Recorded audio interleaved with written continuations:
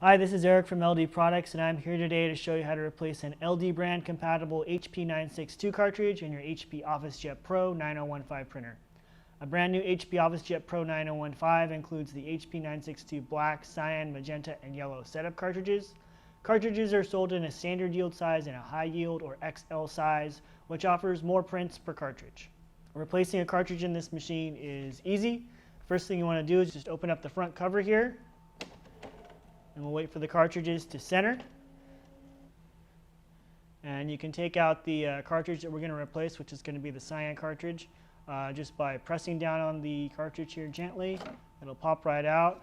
And then we've got our brand new LD brand HP 962 XL compatible cartridge. We're going to install that into the same exact slot. Slides right in.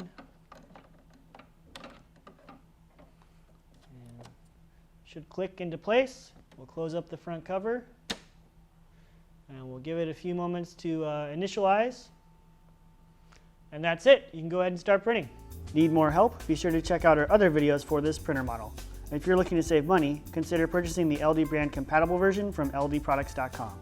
If you found this video helpful, please leave a like below and be sure to subscribe. Shop LD Products for all your ink and office supply needs. We are your ink and toner experts.